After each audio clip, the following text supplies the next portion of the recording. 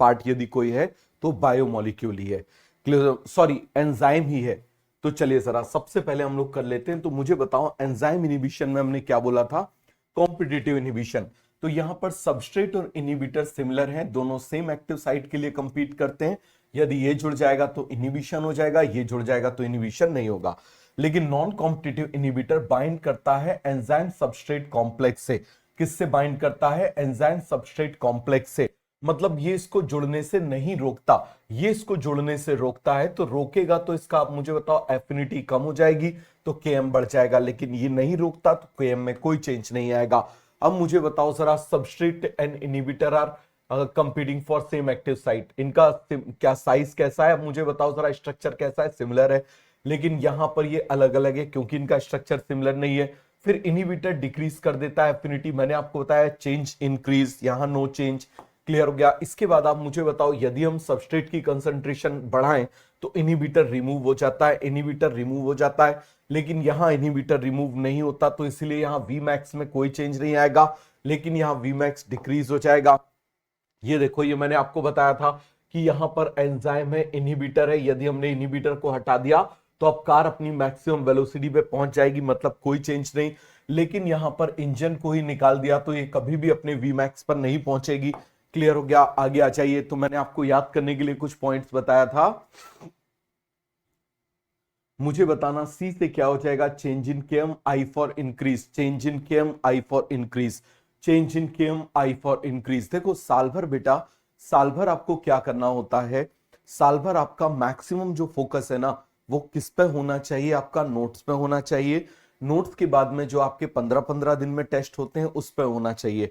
All India test series पे आपका साल भर फोकस नहीं होना चाहिए, उन पे फोकस होना चाहिए आपका जब जब आपका सिलेबस कंप्लीट हो जाए। समझ में आ गया। उसके बाद ऑल इंडिया टेस्ट सीरीज पे फोकस करना चाहिए। तो मुझे बताओ चेंज इंक्रीज हो गया, यहां कोई चेंज नहीं, यहां Vmax कोई चेंज नहीं, यहां Vmax डिक्रीज हो जाता है। फिर आपको इसका एग्जांपल बताया था सक्सीनेट डिहाइड्रोजिनेज को कौन रोक देगा, मैलोनेट। और यहां पर आप मुझे बताओ साइनाइड पॉइजनिंग का बताया था। इसी तरीके से सल्फोनामाइड किसको रोक देगा, ये फॉलिक एसिड को नहीं बनने देगा जिससे बैक्टीरिया मर जाएगा। मस्टर्ड गैस, सारीन गैस, ये सब क्या करते हैं, ये एंजाइम एक होता है कॉलिनेस्ट्रेस, उसको बाइंड करते हैं, जिसके बारे में मैं आपको न्यूरोमस्कुलर जंक्शन में बताऊंगा। क्लियर हो गया। अब देखो एंजाइम हैज टू पार्ट, एक होता है एपो एंजाइम, एक होता है एपो एंजाइम और एक होता है non protein part. Apo enzyme का मतलब क्या हो जाता है, प्रोटीन पार्ट, और ये non protein part. Non protein part is called as cofactor. जब कोफैक्टर इसमें लगेगा तभी एंजाइम काम कर पाएगा, अदरवाइज एंजाइम काम नहीं कर पाएगा, अदरवाइज एंजाइम काम नहीं कर पाएगा। सभी को ये कॉन्सेप्ट अच्छे से क्लियर हो गया। इसको होलो एंजाइम बोल देते हैं। अब ये तीन टाइप का हो सकता है, प्रोस्थेटिक ग्रुप, कोएंजाइम, मेटालाइन। क्लियर हो गया। याद रखना कोई भी ग्रुप यदि टाइटली अटैच हो गया, कोई भी ग्रुप यदि टाइटली या कोवेलेंटली अटैच हो गया, चाहे वो कोएंजाइम हो चाहे वो, देखो कोएंजाइम मतलब जो लूज है, कोएंजाइम मतलब जो लूज है, लेकिन यदि कोएंजाइम टाइटली अटैच हो गया, यदि कोएंजाइम टाइटली अटैच हो गया तो इसका मतलब वो प्रोस्थेटिक ग्रुप। यदि मेटालाइन टाइटली अटैच हो गया तो इसका मतलब वो प्रोस्थेटिक ग्रुप। तो यदि टाइटली अटैच है तो प्रोस्थेटिक ग्रुप है, और यदि लूजली अटैच है, यदि लूजली अटैच है तो आप मुझे बताइए जरा क्या होगा, क्या होगा, बोलिए जरा जल्दी से क्या होगा, वो बाकी चीजें कोएंजाइम और मेटालाइन। क्लियर हो गया। आगे आ जाइए। इसका एग्जांपल मैंने आपको बताया था, जैसे पेरोक्सिसोम में पेरोक्सीडेज कैटालेज है, इसमें हीमोग्लोबिन इसका प्रोस्थेटिक ग्रुप है। क्लियर हो गया। जैसे नियासिन और राइबोफ्लेविन एनएडी और एफएडी में ये लूजली अटैच होते हैं। मेटालाइन में जैसे जिंक हो गया, जिंक किसमें, कार्बोक्सी पेप्टाइडेज, कार्बोनिक एनहाइड्रेज में प्रेजेंट है। फिर आप मुझे बताओ ये इसका क्लासिफिकेशन है, ऑक्सीडो रिडक्टेज जो ऑक्सीडेशन रिडक्शन कराता है, ट्रांसफरेज जो ट्रांसफर कराता है ग्रुप को, but other than HNOH, lysis जो लाइजेज जो तोड़ता है बट HNOH को, लाइगेज जो जोड़ता है, इसके बाद हाइड्रोलेज जो वाटर मिला मिला के या वाटर को निकालता है, कुछ भी वाटर से रिलेटेड करे, और आइसोमरेज क्या कर देता है, आप मुझे बताओ जरा, जो आइसोमराइजेशन कराता है। जैसे आप मुझे बताओ आइसोमरेज का एग्जांपल क्या हो जाएगा, यहां पर ग्लूकोज से फ्रक्टोज में कन्वर्ट कर दिया तो याद है ना, हेक्सोस फॉस्फेट आइसोमरेज एक एंजाइम आ जाया करता था ग्लाइकोलिसिस में। तो सभी को क्लियर हो गया। तो एक बार जरा सभी लोग बोल दो, एक बार सभी लोग बोलो, पकड़ के जकड़ के रखा हुआ है तो क्या कहलाएगा, प्रोस्थेटिक ग्रुप। पकड़ के जकड़ के रखा हुआ है तो क्या कहलाएगा, आप मुझे बताइए जरा, प्रोस्थेटिक ग्रुप। सभी को क्लियर हो गया। क्या हम आगे बढ़ जाएं, बोले जरा जल्दी से। तो सबसे पहले सबसे पहले मैं आपको एंजाइम के बारे में ही पढ़ा देता हूं। सबसे पहले मैं आपको एंजाइम के बारे में पढ़ाता हूं। ये देखो जरा किसके बारे में पढ़ा रहा हूं, एंजाइम के बारे में ही सबसे पहले आपको पढ़ा देता हूं। ये देखो जरा ध्यान से समझना इसकी NCERT. Almost all enzymes are protein, मैं आपको बता चुका हूं ऑलमोस्ट ऑल एंजाइम। ऑलमोस्ट देखो जरा यहां पर ये बोल रहे हैं ना, almost all enzymes are protein. Clear हो गया। There are some nucleic acid, आप मुझे बताना there are some nucleic acid, और वो न्यूक्लिक एसिड कौन है, आरएनए। वो कौन है आप मुझे बताओ जरा, RNA that behaves like an enzyme. इनको हम राइबोजाइम बोलते हैं, इनको क्या बोल देते हैं, राइबोजाइम बोल देते हैं। तो ये आपको बन जाएगा, जिन वर्ड्स को मैं सर्कल करूं आप केवल उनको करोगे, जिनको मैं अंडरलाइन करूं आप केवल उनको करोगे, फालतू नहीं करोगे। इसके बाद आप मुझे बताओ, when one can depict an enzyme by a line diagram. An enzyme like any protein has a primary structure, that is amino acid sequence of the protein. The enzyme like any protein has the secondary and tertiary structure. When you look at the tertiary structure you will notice that the backbone of the protein chain fold. Clear हो गया, जरा ध्यान से समझना। Upon itself the chain crisscross itself and hence many crevices or pockets are made. Clear हो गया। तो basically आप मुझे बताइए जरा, एंजाइम है टर्सरी स्ट्रक्चर, क्या होगा उसमें, टर्सरी स्ट्रक्चर होगा।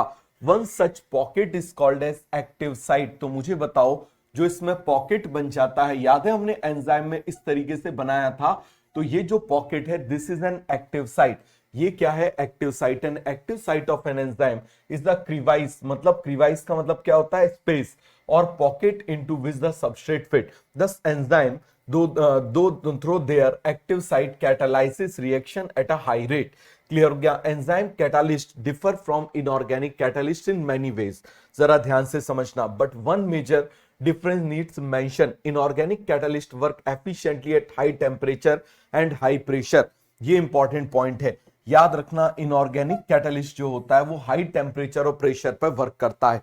क्लियर हो गया, किस पे वर्क करता है, हाई टेम्परेचर और प्रेशर पे वर्क करता है, while enzyme gate damage eight high temperature.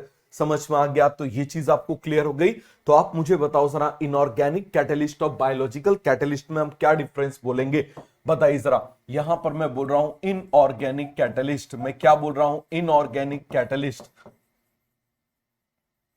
Inorganic catalyst, इस तरफ आप मुझे बताओ वर्सेस में क्या बोल रहा हूं, बायोलॉजिकल कैटलिस्ट। मैं क्या बोल रहा हूं, बायोलॉजिकल कैटलिस्ट। जल्दी से आप मुझे बताइए मैं क्या बोल रहा हूं, बायोलॉजिकल कैटलिस्ट। तो आप मुझे बताना जरा, इनऑर्गेनिक कैटलिस्ट जो होता है, इनऑर्गेनिक कैटलिस्ट क्या करता है, work efficiently at high temperature and they get denatured eight high temperature. सभी को क्लियर हो गया, तो ये मेजर डिफरेंस है। तो मुझे बताओ यहां पर हम क्या बोलेंगे, work efficiently, work efficiently, work efficiently at high temperature. High temperature पर ये बहुत अच्छे से वर्क करेंगे, हाई टेम्परेचर पर ये बहुत अच्छे से वर्क करेंगे। अब आप मुझे बताओ हम किसकी बात कर रहे हैं, बायोलॉजिकल कैटलिस्ट। हम किसकी बात कर रहे हैं, बायोलॉजिकल कैटलिस्ट। तो ये किस पे वर्क करते हैं आप मुझे बताओ, denatured, denatured eight high temperature, denatured eight high temperature. High temperature पर ये क्या हो जाते हैं आप मुझे बताइए जरा, डीनेचर्ड हो जाते हैं। क्या हो जाते हैं आप मुझे बताइए जरा, हाई टेम्परेचर पर ये डीनेचर्ड हो जाते हैं। तो सभी को ये कॉन्सेप्ट अच्छे से क्लियर हो गया, आप बोलिए जरा जल्दी से, क्लियर हो गया। अब आप मुझे बताना फटाफट जरा पढ़ते जाओ, ठीक है। Temperature, enzyme isolated from organism whose normally live under extreme high temperature, hot vent and sulphur spring are stable and retain their activity. आपको मालूम है archaebacteria, thermal stability is thus an important quality of such enzyme isolated from thermo acidophilic organism. तो बस इसको ऐसे कर लेना, clear हो गया कि ये स्टेटमेंट इंपॉर्टेंट है। थर्मो कौन सा, थर्मल स्टेबिलिटी। थर्मल स्टेबिलिटी किसमें रहेगी आप मुझे बताओ, ऐसे एंजाइम में जो किससे मिल रहे हैं, जो किससे मिल रहे हैं, थर्मोएसिडोफाइल आर्कीबैक्टीरिया से। आगे आ जाइए। अब मुझे बताओ how do we understand this enzyme. Let us first understand a chemical reaction. A chemical compound undergo two type of changes. A physical changes simply refer to a change in a shape without breaking of bond. This is a physical process. Another physical process is the change in a state of matter when ice melt into water, when water becomes a vapor. These are also physical process. However, when bonds are broken and new bonds are formed during transformation, this will be called as a chemical reaction. समझ में आ गया? तो दो तरीके की आपको मालूम है, फिजिकल कोई फॉर्म चेंज कर ले, केमिकल बॉन्ड ब्रेक हो जाए। क्लियर हो गया? इसमें कुछ ज्यादा बताने की जरूरत नहीं है। Is an inorganic chemical reaction. Similarly, hydrolysis of starch into glucose is a organic chemical reaction. Clear हो गया? ये क्या है? Organic chemical reaction. Rate of physical और chemical process refer to the amount of product form per minute. Clear हो गया? तो rate का मतलब क्या होता है? Product form per minute. Clear हो गया? रेट का मतलब कितना प्रोडक्ट कितने टाइम में बना, कितना प्रोडक्ट कितने टाइम में बना। Rate of formation of product at per unit of time is called as, क्या बोल देंगे? रेट। कितना प्रोडक्ट बना। सभी को क्लियर हो गया? आगे बढ़ जाएं। Rate can also be called velocity of velocity if the direction is specified. ये पॉइंट थोड़ा सा स्टार मार्क कर लेना। समझ में आ गया? रेट को ही देखो, हर जगह रेट ऑफ रिएक्शन को मैंने वेलोसिटी भी बोला है। ऐसा कब होगा? Rate equal to velocity when direction is specified. वैसे इसके ऊपर क्वेश्चन नहीं देंगे, लेकिन फिर भी इसको ऐसे अंडरलाइन तो कर लो।